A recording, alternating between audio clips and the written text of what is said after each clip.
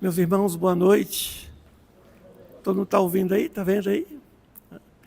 Quem esteve aqui no sábado? Vamos repetir a palestra do sábado, né?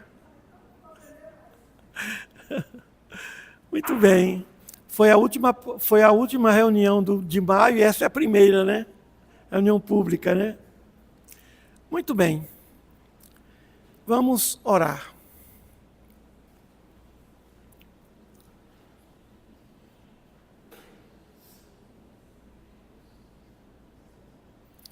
Senhor Jesus, aqui nos encontramos reunidos em Teu nome.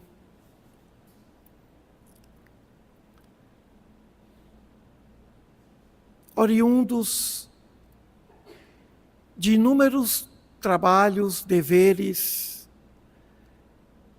em busca do necessário repouso e restabelecimento espiritual. Ao entrarmos nesse auditório, já sentimos a assistência dos bons espíritos que nos ajudam, nos protegem e nos curam durante, depois e muito antes de chegarmos aqui.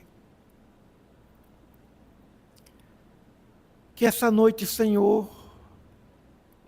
seja uma noite de paz, de reflexão, que os trabalhos dessa casa em outros departamentos também transcorram em clima de paz, harmonia e união. Assim, Senhor, em Teu nome, em nome do nosso Pai amado, querido, poderoso, da Mãe Santíssima, iniciamos a nossa reunião, formulando votos de muita luz e paz para a humanidade inteira. Assim seja.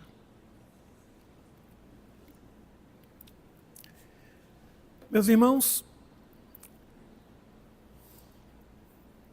vamos fazer uma reflexão hoje a respeito da fé.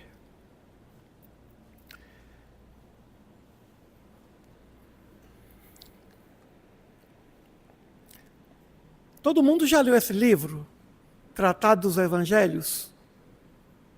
Quem está lendo? Levanta a mão. Não, ninguém? Está lendo? Está gostando?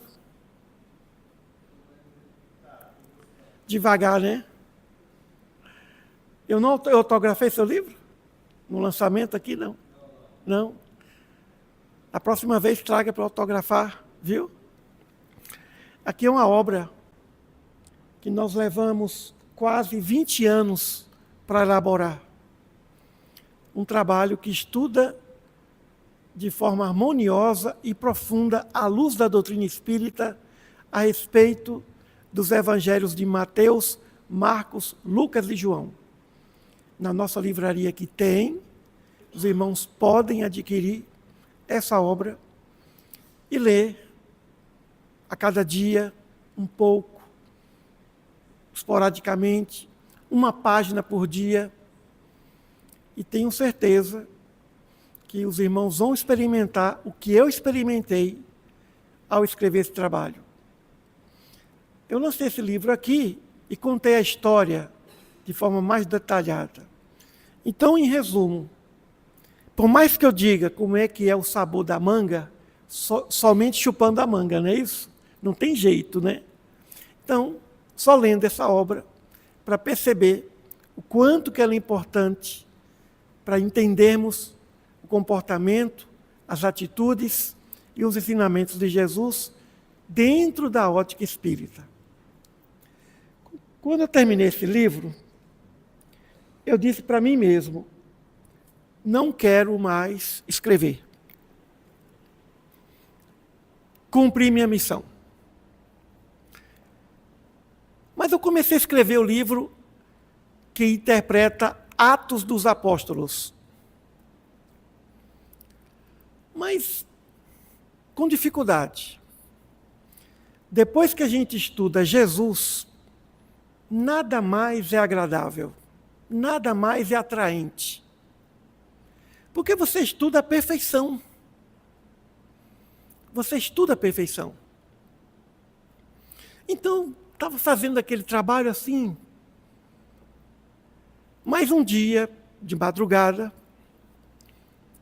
eu tive uma intuição, uma inspiração, de escrever um livro que resumisse todos os livros da Bíblia. Os 73 livros. Já terminamos a obra. Colocamos a obra, ilustramos, e eu preparei essa obra para dedicar para meus netos. A minha neta e meu neto. Falei, vou escrever um livro para a criança entender a Bíblia. Mas que vai servir para a criança, para o jovem, o adulto, o idoso. Ou seja, a obra vai ter, enquanto que aquela ali tem 864 páginas, essa aí vai ter apenas 270. Queria que tivesse menos de 200, mas não foi possível. Então, é um resumo de cada livro. Eu vou passar aqui agora um vídeo com a música que resume, e depois eu vou passar um slide explicando um pouco de cada livro. Tá dando para ouvir?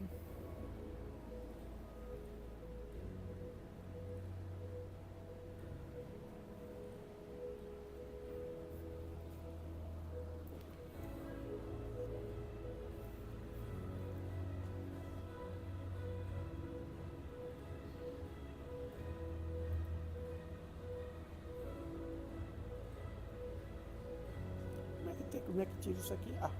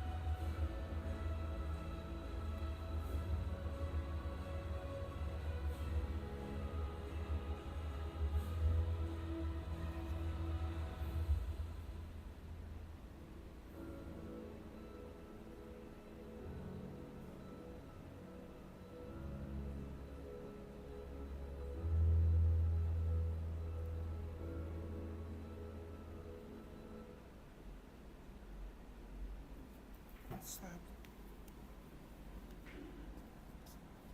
Então, essa aqui é a capa do livro, né? Parecido com o do tratado. Sim, mas aí depois que eu terminei esse livro, aí eu animei voltar a escrever Atos dos Apóstolos. Que eu tinha começado, mas aí parece que eu tinha que terminar a fazer essa obra. Bem, vamos lá. Essa aqui não é a capa, é a folha de rosto. A capa é a outra, né? Bom, todos os livros do Antigo Testamento. A Bíblia tem o Antigo Testamento e o Novo Testamento. Então aqui tem todos os livros, que vai de Gênesis até Malaquias. O Pentateuco são 5 livros escritos por Moisés. Gênesis, que relata a criação do mundo e da humanidade, narra a queda do homem e as primeiras alianças com Deus. Livro escrito por Moisés. Apresenta os patriarcas Abraão, Isaque, Jacó e José, o famoso José do Egito. Mostra o início da história do povo de Israel. Tudo começa com esse livro. Depois temos Êxodo, que é o livro que fala sobre a libertação do povo hebreu da escravidão do Egito. Moisés conduz o povo para fora do Egito. Quase 2 milhões de hebreus. Imagina Moisés com quase 2 milhões de homens e mulheres, crianças, pelo deserto. E ficaram durante 40 anos por ali. Moisés ficou esperando esse povo que saiu do Egito desencarnar para que os seus filhos, sem vícios daquela cultura antiga, pudessem adentrar na Terra Prometida. Depois ele vem Levítico, que é um livro de conduta ética, de conduta científica, medicinal, que Moisés escreveu para que o povo soubesse adorar, pudesse cuidar da sua própria saúde. Então, é um livro que traz um roteiro de convivência e de comportamento. Números descreve a caminhada de Israel pelo deserto, relata censos do povo. Naquele tempo se contava as pessoas, principalmente os homens, para a guerra. Mas ali, foi nessa contagem que descobriu que era uma quantidade enorme, se bem que Moisés organizou esse grupo, essa imensa comunidade. Depois vem Deuteronômio, que é o último livro de Moisés.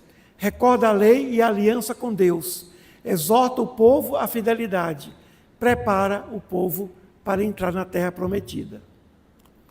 Aí vem os livros históricos. O primeiro é Josué. Josué, que foi o líder preparado por Moisés. Josué lidera o povo após Moisés. Divisão da terra entre as tribos. Dividiu em 12 tribos, as 12 tribos de Israel. Fidelidade à aliança com Deus. Josué era um comandante, era militar, mas era um líder também. Sabia conviver com as pessoas.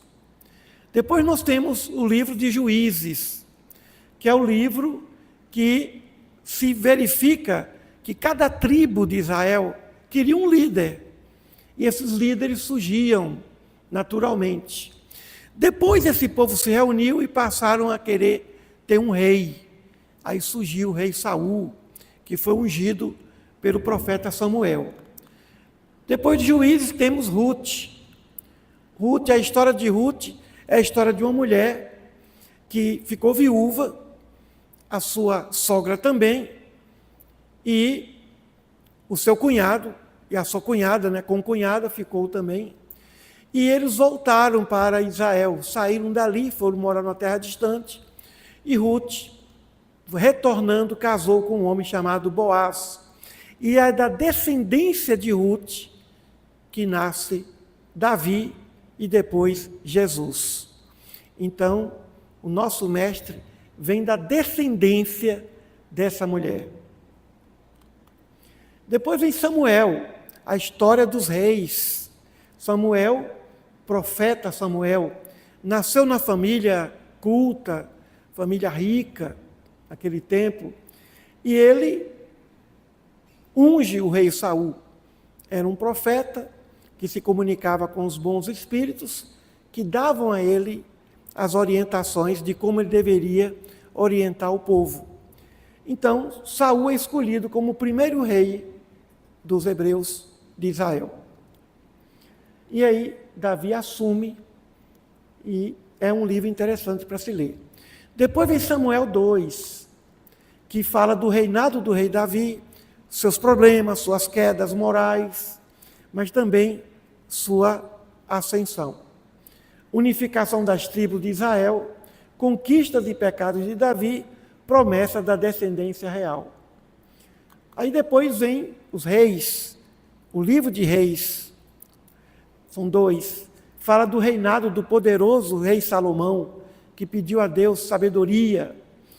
Salomão realiza o sonho do pai, o sonho de Davi, que era de construir um templo. E Salomão construiu um templo riquíssimo, muito bonito. E depois da morte de Salomão, o reinado é dividido entre Israel e Judá. Israel ficava ao norte e Judá ao sul. A história dos primeiros reis, esse livro ele trata, né? Os primeiros reis. Depois vem Reis 2, a história dos reis até o exílio na Babilônia. Queda do reino do norte, que era o reino de Israel. Queda de Jerusalém, o reino de Judá. Exílio babilônico. Ficaram lá durante 70 anos. Sob o comando de Nabucodonosor II, eles invadiram e levaram esse povo todo como serviçais, como escravos. Depois vem um livro de crônicas, fala sobre genealogias do povo de Israel, história centrada no rei Davi. O rei Davi era um homem de fé, um homem de oração, aquele que tocava o coração de Deus. Organização do culto, preparação do templo. Desde quando Moisés saiu do Egito, havia uma preocupação muito grande de se organizar. A base de qualquer progresso é a organização. Então Moisés organizou, Josué organizou, Abraão também, todos organizaram. Todos tiveram a preocupação de estabelecer um planejamento administrativo para guiar aquele povo.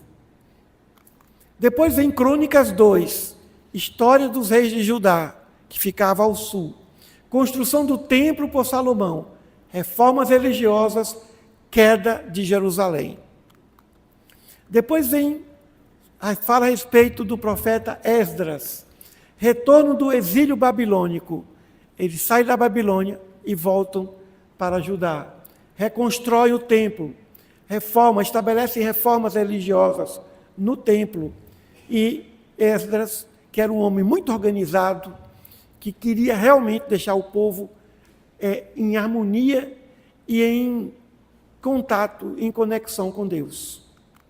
Depois temos Neemias, reconstrução dos muros de Jerusalém, de novo, grande administrador, liderança, com grande capacidade de sentir a necessidade do povo. Uma das coisas que Neemias fazia, ele procurava saber o que o povo queria. Ele nunca dizia, eu sei o que é o melhor para o povo. Além de guiar, além de demonstrar a vontade de Deus, ele também sabia ouvir as pessoas. Restauração da cidade. Para fazer isso, tinha que saber motivar as pessoas. Depois vem o livro de Tobias. Esse livro só tem na Bíblia católica, não tem na Bíblia evangélica. É a história de um jovem, filho de um homem chamado Tobit. Eu costumo dizer que foi o primeiro espírita da Bíblia, muito caridoso, ajudava todas as pessoas necessitadas da sua cidade, mas um dia ficou cego. Ficou cego, com dificuldade de trabalho, e pediu para o seu filho ir até a casa do tio, que morava um pouco distante, para pegar um dinheiro que ele havia emprestado. O anjo Rafael se materializa em forma de homem e acompanha o menino nessa jornada. Chegando lá, ele se apaixona pela prima, Sara. Mas a prima já tinha passado por 7 casamentos. Sempre na lua de mel, os noivos morriam, os maridos morriam. Imagina a situação. E Tobias disse para o tio, vou me casar com ela. Aí o tio já mandou preparar a cova. Prepara a cova, porque ele também vai morrer. Olha. Se 7 morreram, porque não vai ser o 8º. Aí o anjo Rafael deu os 2 conselhos para eles. Então sugiro que vocês leiam o livro de Tobias para saber o que o anjo Rafael orientou, porque Tobias não morreu. Se casou com Sara e voltou até o seu pai. E lá, retornando, o anjo Rafael curou Tobit da sua cegueira. E foram descobrir muito tempo depois. É uma linda história, a história de Tobias. Era um espírito que perseguia a moça. Depois vocês dão uma olhadinha lá. Depois vem o livro de Judite. Judite foi uma mulher que salvou o povo hebreu de uma investida, não é? De uma invasão. Ela entrou no acampamento do poderoso comandante, né, temido, chamado Holofernes, e ganhou a confiança de Holofernes. Uma noite, o comandante estava dormindo, ela pegou a espada e decapitou o comandante. Colocou a cabeça num saco, chamou a sua serva e levaram e mostraram que Holofernes havia sido morto. O seu exército, então, não invadiu, foi embora. E Judite é considerada uma heroína.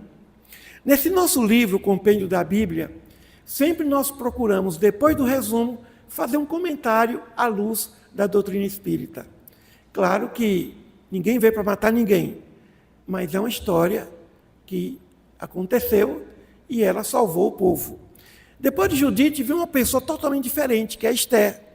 Já Esther não matou ninguém, mas ela teve habilidade sobre articular, se apoiou na oração para poder proteger o povo judeu. Então, havia uma conspiração para matar os judeus. E ela soube convencer o rei de que se tratava de uma mentira, de uma conspiração contra o povo judeu. É uma história muito linda. Tenho certeza que depois que você lê o livro de Esther, você gostaria de ter alguém na família com o nome de Esther. Tem alguma Esther aqui? Não, né? Nem Judite. Alguém conhece alguma Judite aqui? Não. Tem não. Não. Se tiver conhecimento de alguma Judite, não corra dela, ela não vai matar ninguém. Ok? Depois vem a história dos Macabeus, aqueles que se revoltaram contra a dominação estrangeira. Vem Judas Macabeus, a luta pela liberdade religiosa. A família dos Macabeus liderava a resistência e a purificação do templo. Tem Macabeus 1, tem Macabeus 2, complementa a história da revolta, testemunho de mártires, fidelidade à lei, esperança na ressurreição. É uma história de perseverança, de fé, de persistência, de estratégia. Aí depois vem os livros proféticos, ou poéticos e sapienciais. O livro que fala da história de Jó. O livro de Jó. Jó foi um homem que era muito rico e de um dia para a noite perdeu tudo. Filhos, riquezas. E ele passou por testes para negar a sua fé em Deus. Mas ele resistiu. Os amigos, a esposa, ele resistiu. E depois de passar por tanta provação, ele recebeu tudo de volta. Teve novos filhos e multiplicou sua riqueza. Ele passou por esse teste. É algo interessante. É uma reflexão sobre o sofrimento humano. Jó permanece fiel, apesar das provações. Debate sobre justiça divina. É um livro interessante. Salmos é um livro de orações e cânticos, escrito por Davi e outros reis também. Louvor, súplica e agradecimento expressa sentimentos humanos diante de Deus usado na oração do povo.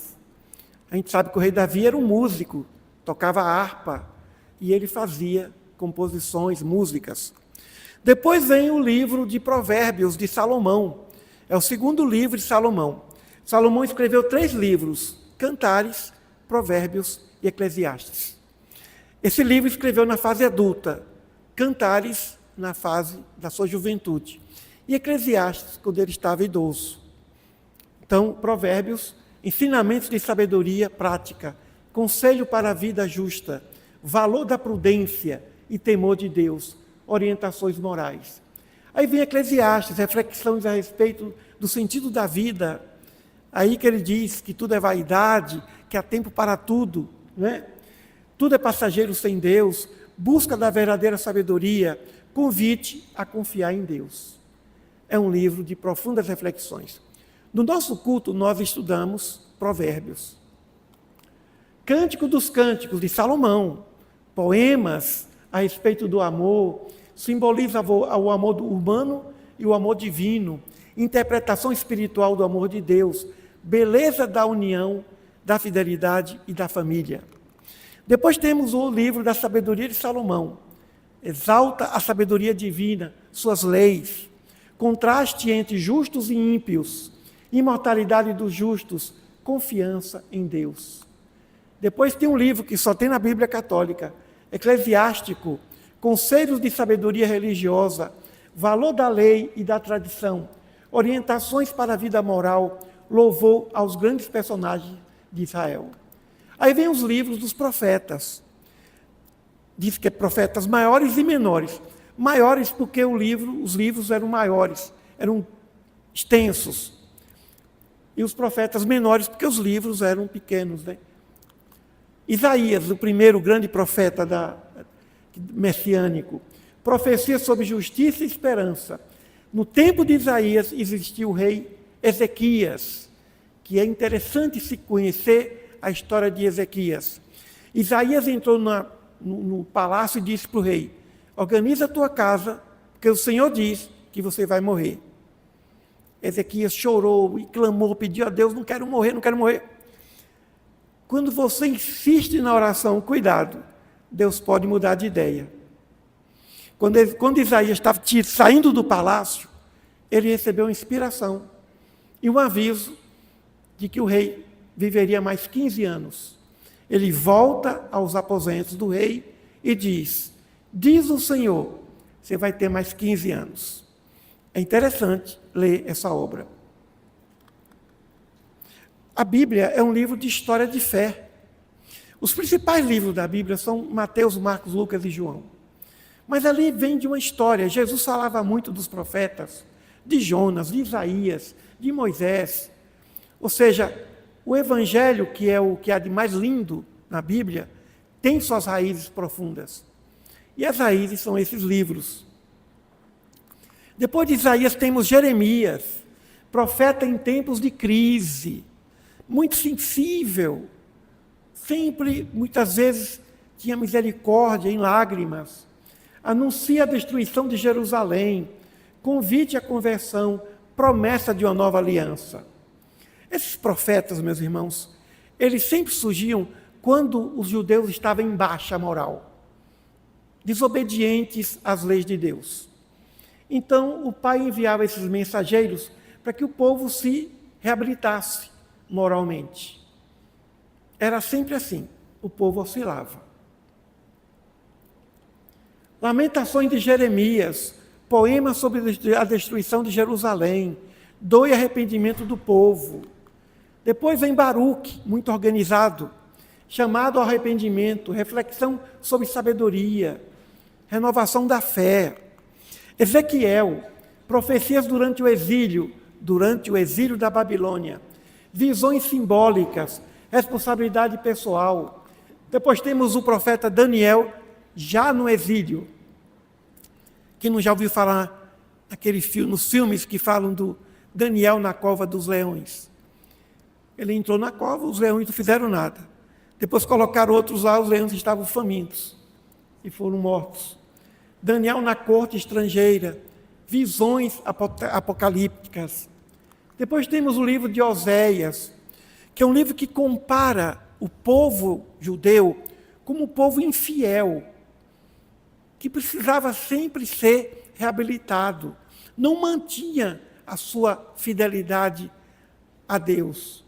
Amor fiel de Deus por Israel, infidelidade do povo, chamado à conversão, misericórdia divina. Depois temos o profeta Joel, que usou a praga dos gafanhotos para dizer que aquilo ali era um sinal de Deus para o povo despertar. Então, mais uma vez um profeta que chama o povo ao arrependimento. Pois temos o profeta Amós, profeta da justiça social.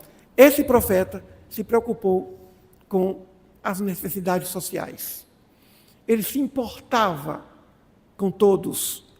Depois vem Obadias, profecia contra Edom, condenação do orgulho. Obadias foi o profeta da humildade, profetizou a humildade. Depois vem o profeta Jonas, que foi enviado a Nínive, mas não quis saber de ir para Nínive porque tinha medo de ser morto.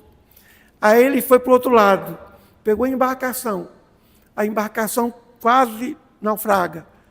Aí o capitão diz assim: tem alguém aqui desobedecendo o Senhor? Jonas disse: sou eu devo ser atirado ao mar. Atiraram Jonas ao mar. Um grande peixe engoliu Jonas e levou para onde? Para onde ele não queria ir, Nínive. Chegando lá, pregou, o povo se arrependeu, ele não foi morto. Ele converteu o povo. Isso mostra que quando Deus quer, não tem jeito. Miqueias, denúncia de injustiças, anúncio, mais um profeta messiânico, anúncio do Messias em Belém. Ele disse que o Messias nasceria em Belém da Judeia. Depois vem o profeta Naum, profecia contra Nínive, que mais uma vez se rebelou. Juízo sobre opressores, consolo para Israel. Depois tem Rabacuque, diálogo do profeta com Deus, questão do sofrimento, confiança na justiça divina, mesmo diante do sofrimento. Sofonias, anuncia o dia do Senhor, chama a conversão, restaura o juízo, esperança para os fiéis. Ele é o profeta da esperança. Depois vem o profeta Ageu, incentiva a reconstrução do templo, chamado à renovação espiritual, prioridade a Deus. Vem o profeta Zacarias, que fala das suas visões, todas simbólicas, esperança no Messias, restauração de Jerusalém. Pois tem Malaquias, o último profeta, o último livro do Antigo Testamento. O último profeta do Antigo Testamento, correção de abusos religiosos, promessa do mensageiro do Senhor. De Malaquias até Jesus, até João Batista, foram 400 anos, chamado de silêncio profético. Depois de Malaquias, aí vem o Novo Testamento.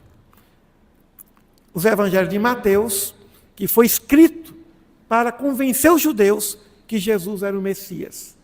Ensino do reino de Deus é o evangelho do Sermão do Monte, da montanha. É no evangelho de Mateus que nós observamos o Sermão da Montanha completo. Depois vem o evangelho de Marcos, que era sobrinho de Pedro, que destaca as ações de Jesus. É um evangelho pequeno e mostra Jesus como Filho de Deus também. Aí vem o evangelho do médico Lucas, que era discípulo de Paulo, que escreveu sob a influência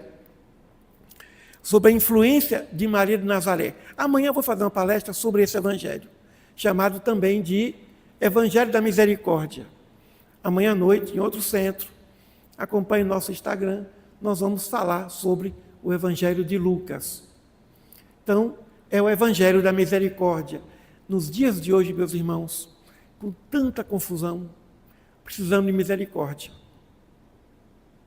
Precisamos de compaixão, e não de irritação, e não de revolta, e não de vingança, e não de desespero. Depois tem o Evangelho de João, é o Evangelho místico, teológico. Jesus é visto como o Verbo de Deus, sinais, ênfase na vida eterna. João foi um grande médium que escreveu depois o Apocalipse. Era o discípulo bem-amado. Quem quiser se aprofundar, leiam Tratado dos Evangelhos. Meus irmãos, leiam o Tratado dos Evangelhos. Não percamos tempo. Não basta apenas nós sabermos o que Jesus disse. Precisamos saber o que ele fez. O que ele fez foi infinitamente maior do que tudo que ele falou. O que Jesus nos disse nos liberta da ignorância. Mas o que ele praticou, o que ele fez, nos dá coragem para seguir seus ensinamentos. Então, quem quiser aprofundar, não percam tempo. Não desencarnem sem conhecer Jesus. Não façam isso. Né? Muito importante ler essa obra, muito importante. É muito difícil para mim falar isso, né? Já que eu sou o autor da obra. Mas será que eu sou o autor mesmo? Quando eu terminei esse livro, a sensação que eu tive foi de abandono, né? A síndrome do ninho vazio. Já falei isso aqui, quando eu lancei o livro. Aí vem agora o livro histórico, Atos dos Apóstolos, que é a história de Paulo, das 3 viagens, a história do cristianismo primitivo, a ação do Espírito Santo. Quem é o Espírito Santo? O que é o Espírito Santo? São os espíritos superiores. Espírito Santo é o conjunto de espíritos superiores, puros, do bem. Depois vem as cartas de Paulo. Todas as cartas de Paulo falavam a respeito da fé, da união, do cuidado, da vigilância. Aí ele escreveu várias cartas, Romanos, Coríntios 2, Gálatas, Efésios, Filipenses, Colossenses, Tessalonicenses 1 e 2, Timóteo, que era discípulo dele, Tito, que também era discípulo dele, Filemão, Hebreus, que é a última chamada. Alguns dizem que ele não foi o autor de Hebreus, mas está no cânone bíblico como se ele fosse autor. Então, Paulo escreveu para realçar a fé do Cristo, para orientar as igrejas nascentes, as comunidades cristãs. Ele foi realmente o grande apóstolo. E eu digo que não foi apenas o apóstolo dos gentios, foi da humildade também. Foi relendo essas cartas de Paulo que eu animei voltar a escrever Atos dos Apóstolos. Porque aí você vê um Paulo carente, um Paulo humano, um Paulo precisando de dinheiro e pedindo emprestado, e pedindo ajuda. Um Paulo precisando de cuidados. E quem quiser ver mais ainda a vida espiritual de Paulo, é ler o livro Paulo e Estevão, de Emmanuel, de psicografia do nosso Chico Xavier. Aí vem as cartas gerais dos apóstolos Tiago, Pedro, João, né? E todos também falando na necessidade de organização das igrejas, de cuidar, de orientar as pessoas, os viajantes. Muita gente viajava para pregar o Evangelho e eles fizeram esse trabalho aí para, mais uma vez, continuar o trabalho de Paulo. E, por fim, vem Judas, a última carta, e vem, não Judas Iscariotes, mas Judas, irmão de Jesus. E, por último, o Apocalipse, que é um livro que determina a vida espiritual, que existe o plano espiritual. João que escreveu o Apocalipse, e, ao mesmo tempo, as aberturas e fechamentos de ciclos evolutivos da humanidade. O Apocalipse é um livro que demonstra a existência do plano espiritual. Claro que depois, milhares de anos depois, André Luiz vem e explica esse plano espiritual. Leiamos as obras de André Luiz. É uma relíquia. Precisamos ler sempre as obras de André Luiz. Muito bem, então com o Apocalipse nós finalizamos esse trabalho e que tem como objetivo fortalecer e renovar a nossa fé. Muita paz a todos e vamos para a nossa segunda parte. Vamos relaxar, colocar os pés sobre o chão, com as mãos estendidas sobre as coxas para receber o passe, o momento da transfusão, o momento que recebemos as energias revigorantes. Que essas vibrações possam alcançar também os nossos familiares, todos aqueles que convivem conosco. Vamos orar. Divino amigo e mestre Jesus, enquanto aqui refletimos a respeito da fé, da esperança e do amor que devemos ter para com nosso Pai, também sentimos a fé, a esperança e o amor que o nosso Pai tem por nós. Que saiamos daqui animados a perdoar, a reconhecer as nossas limitações, mas muito mais as nossas potencialidades, as nossas sementes, as nossas virtudes. Dá-nos, Senhor, a alegria de viver.